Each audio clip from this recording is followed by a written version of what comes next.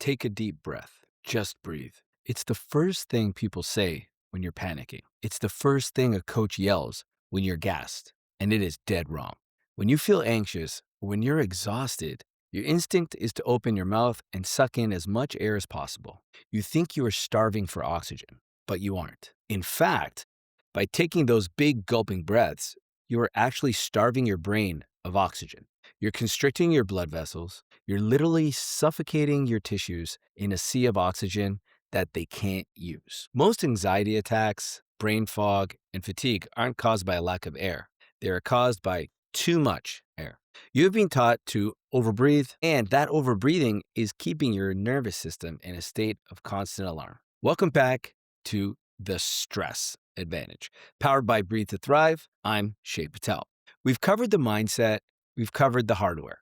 Today, we are talking about the fuel. We're going to bust the biggest myth in the wellness industry, the oxygen myth. I'm going to explain why carbon dioxide is the most misunderstood molecule in your body. And we're going to do a live test to measure your stress threshold. If you want to know why you get dizzy when you stand up or why you panic in tight spaces, this episode is your answer. Let's look at the average person. If you look around a gym or an office, you will see mouths hanging open. You will see chests rising and falling rapidly. The medical norm for breathing volume is about 6 liters of air per minute. The average modern human breathes about 12 to 15 liters per minute. If you have anxiety, you might be breathing 20. We are eating 3 times as much air food as we need. Imagine if you ate 3 times as much food as you needed every day. You'd get sick. You'd get metabolic issues. Well, breathing is metabolic. When you breathe too much, chronic hyperventilation, you're blowing off too much carbon dioxide. Now, you probably learned in 4th grade science that oxygen is good and carbon dioxide is waste. That is a lie, or at least it's only half the story. CO2 is not just a waste product, it is a hormone regulator. It is a vasodilator. It opens your arteries. And most importantly, it is the key that unlocks oxygen so your body can use it. If you don't have enough CO2 in your blood, the oxygen gets trapped. It stays in your red blood cells and circles around your body. But it never actually enters your brain or your muscles. You can have 100% oxygen saturation in your blood and suffocate. Let's get into the weeds. The Bohr Effect. This is a concept named after Christian Bohr, the father of physicist Niels Bohr, discovered in 1904. Think of your red blood cells, hemoglobin, like an Uber. Think of oxygen molecules as the passengers. Think of your brain muscles as the destination. The Uber picks up the passenger, oxygen, at the lungs. It drives them through the bloodstream to the brain. But here's the catch. The Uber driver won't let the passenger out unless the passenger pays the toll. The toll is carbon dioxide. If there is CO2 present in the tissue, the hemoglobin changes shape and dumps the oxygen. Okay, you paid the fee, get out of here. But if you're stressed and you're panting and you're mouth breathing, you're exhaling all your CO2. You're blowing it all into the room. The toll is gone. So the Uber gets to the brain and the driver says, sorry, you can't get out. The oxygen stays in the blood. The Uber drives right past the brain and goes back to the lungs. This is why when you have a panic attack and start hyperventilating, you feel lightheaded. You feel tingling in your fingers. That isn't a lack of air. That is a lack of blood flow caused by a lack of CO2. So what do they tell you to do in a panic attack? Breathe into a paper bag. Why? To re-inhale your own CO2, to pay the toll. So what does CO2 tolerance have to do with high performance? Everything.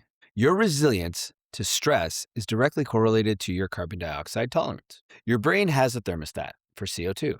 When CO2 levels rise in your body and in your blood, your brain rings an alarm bell. Warning, air hunger, breathe now. For elite athletes and elite executives, that alarm bell is set very high. They can handle a lot of CO2 tolerance before they freak out. They can stay calm. For anxious people, that alarm bell is broken. It goes off way too early. If you have low CO2 tolerance, your body is constantly hitting the panic button. A tough email comes in, panic button.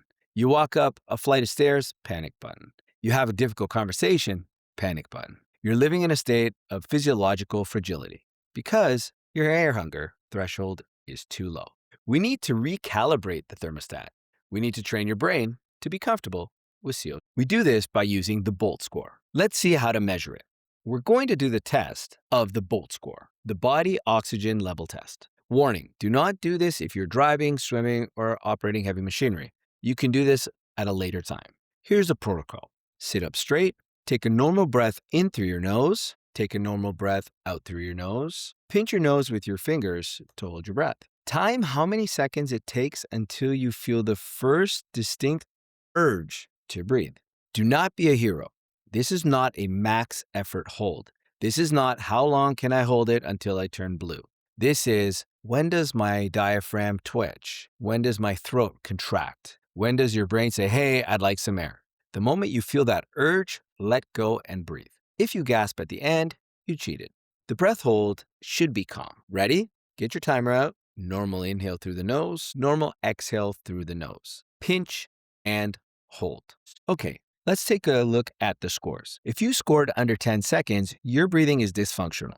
Your nervous system is on a high hair trigger. You likely suffer from anxiety, poor sleep, or fatigue. We have work to do. If you scored 10 to 20 seconds, this is the average for modern humans, but it's not good. You probably get winded easily and lose focus when tired. If you scored 20 to 30 seconds, it's relatively decent. You have good functional breathing. If you scored 40 seconds or higher, you're in the elite bracket. This is where professional athletes live. Your system is resilient.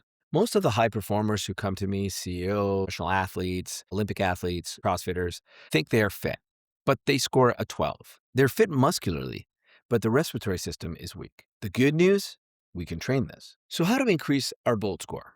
We will get into specific drills in the next episode, the toolkit, but the number one rule starts today. Shut your mouth. Unless you're speaking or eating, your lips should be sealed. Nasal breathing imposes resistance. It forces you to breathe slower. It retains CO2. Mouth breathing dumps CO2.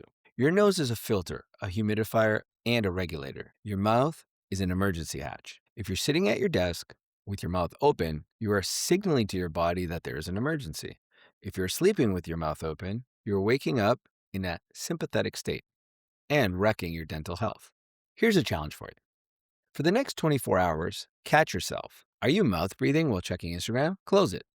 Are you mouth breathing during your warm-up at the gym? Close it. If you just switch to nasal breathing 24/7, your BOLT score will go up by 5 seconds in a week. Now you know the metric. Your BOLT score is your dashboard. It tells you how resilient your nervous system is today. If you scored a 10, don't panic.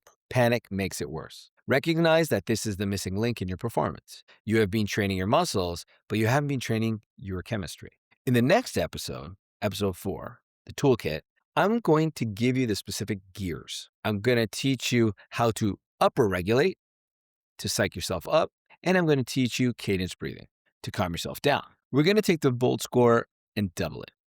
Thank you for listening, and please consider subscribing and sharing this episode and other episodes with your friends who you think need to learn a little bit more about stress response and performance breathing. Don't forget, check your breath, close your mouth, and I'll see you next time on The Stress Advantage. Before we go, a quick reminder. The content of this podcast is for educational and informational purposes only and does not constitute medical advice. I'm a performance coach, not a doctor.